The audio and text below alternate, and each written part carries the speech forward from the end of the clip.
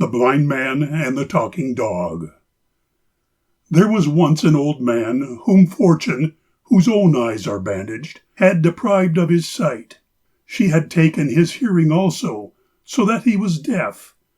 Poor he had always been, and as time had stolen his youth and strength from him, they had only left him a light burden for death to carry when he should come the old man's way.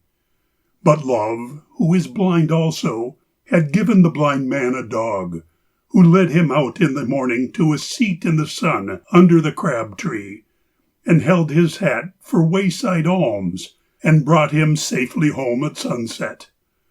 The dog was wise and faithful, as dogs often are, but the wonder of him was that he could talk, in which will be seen the difference between dogs and men, most of whom can talk, whilst it is a matter for admiration if they are wise and faithful. One day the mayor's little son came down the road, and by the hand he held his playmate, Aldegunda. "Give the poor blind man a penny," she said. "You are always wanting me to give away my money," replied the boy peevishly. "It is well that my father is the richest man in the town, and that I have a whole silver crown yet in my pocket." But he put the penny into the hat which the dog held out, and the dog gave it to his master. "Heaven bless you," said the blind man. "Amen," said the dog. "Aldegunda! Aldegunda!" cried the boy, dancing with delight. "Here is a dog who can talk. I would give my silver crown for him. Old man, I say, old man, will you sell me your dog for a silver crown?" "My master is deaf as well as blind," said the dog. "What a miserable old creature he must be," said the boy compassionately. "Men do not smile when they are miserable, do they?" said the dog.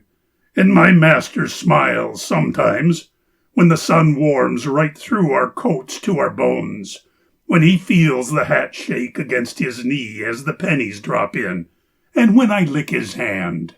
But for all that, he's a poor wretched old beggar, in want of everything," persisted the boy. "Now I am the mayor's only son, and he is the richest man in the town. Come and live with me, and I will give the blind man my silver crown. I should be perfectly happy if I had a talking dog of my own." "It is worth thinking of," said the dog.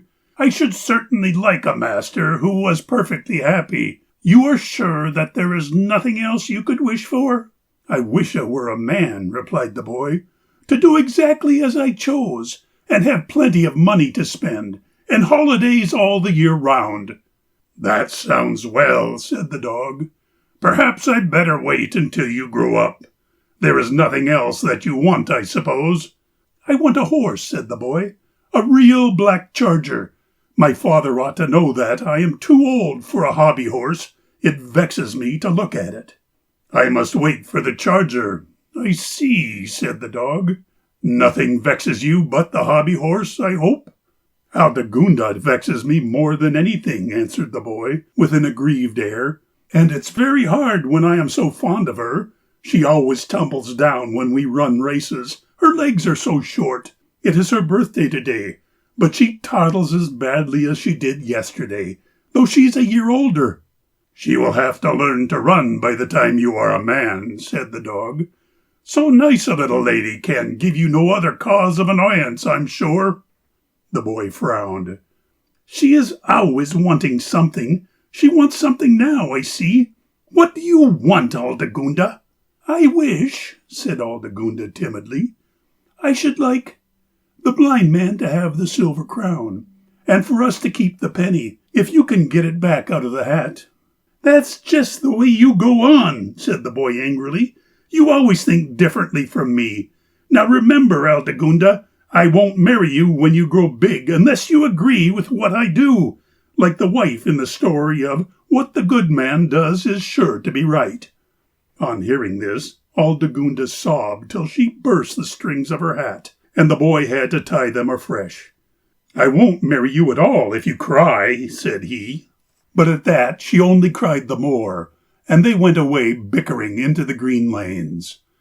As to the old man, he had heard nothing, and when the dog licked his withered hand he smiled.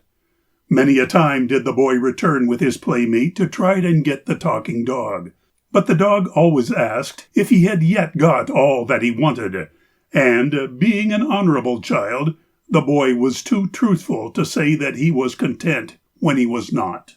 "The day that you want nothing more but me, I will be your dog," it said, "unless, indeed, my present master should have attained the perfect happiness before you."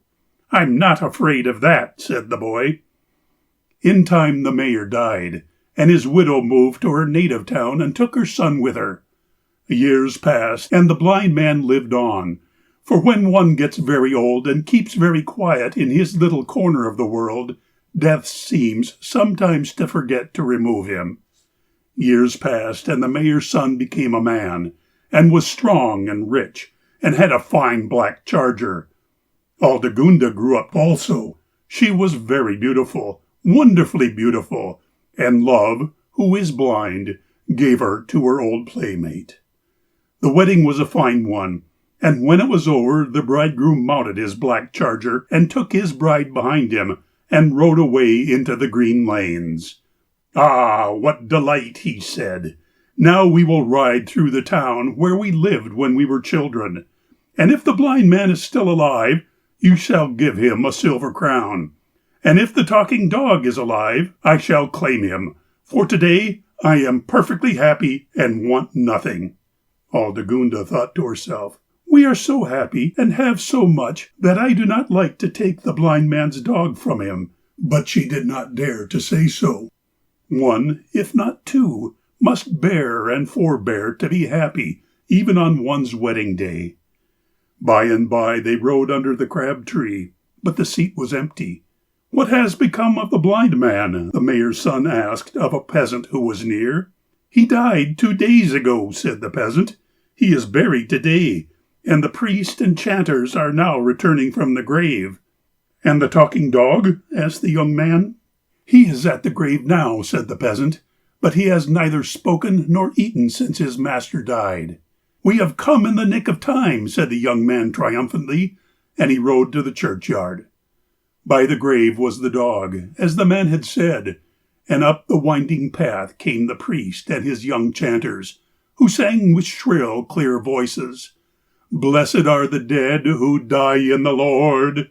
"Come and live with me now your old master is gone," said the young man, stooping over the dog, but he made no reply.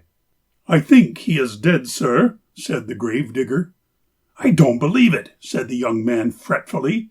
"He was an enchanted dog, and he promised I should have him when I could say what I am ready to say now. He should have kept his promise." But Aldegunda had taken the dog's cold head into her arms, and her tears fell fast over it. "You forget," she said. "He only promised to come to you when you were happy, if his old master were not happier first.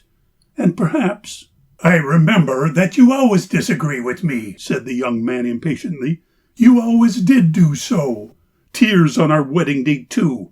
I suppose the truth is that no one is happy." Aldegunda made no answer, for it is not from those one loves that he will willingly learn that with a selfish and imperious temper happiness never dwells. And as they rode away again into the green lanes, the shrill voices of the chanters followed them. "Blessed are the dead! Blessed are the dead!" End of The Blind Man and the Talking Dog by Juliana Horatia Ewing.